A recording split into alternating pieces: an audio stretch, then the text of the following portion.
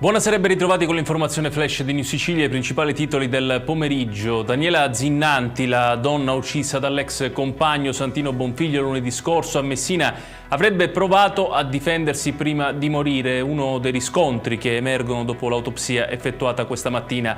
Sembrerebbe che Bonfiglio abbia usato un tondino in ferro per forzare la finestra ed entrare nella stanza da letto e poi tramortire la donna colpendola sulla nuca.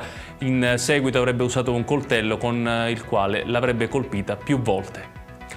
Il fermo della nave CI-5 bloccata per 20 giorni a Pozzallo è stato illegittimo, lo ha deciso il Tribunale Civile di Ragusa, che ha accolto il ricorso presentato dall'ONG tedesca e ha condannato il Ministero dell'Interno al pagamento delle spese processuali.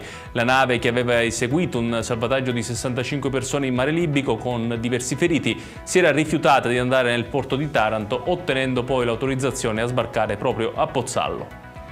Confiscati beni per un valore complessivo di circa 1,5 milioni di euro riconducibili a Giuseppe Urso, genero del boss Pietro Vernengo e uomo d'onore della famiglia mafiosa di Palermo Santa Maria di Gesù. Il provvedimento riguarda beni già sequestrati nel gennaio 2025, tra cui una società di distribuzione carburanti, un box auto, 2 immobili, 2 terreni, un veicolo e 7 rapporti bancari.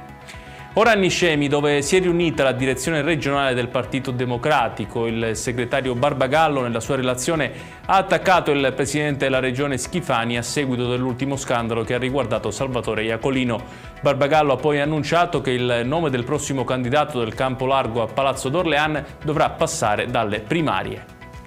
Chiudiamo con il meteo. Torna il maltempo in Sicilia. Nella giornata di domani piogge sparse anche a carattere temporalesco riguarderanno tutta l'isola, colpa di un vortice depressionario che dalle prossime ore insisterà sulla regione. La Protezione Civile ha diramato allerta meteo gialla su tutto il territorio regionale.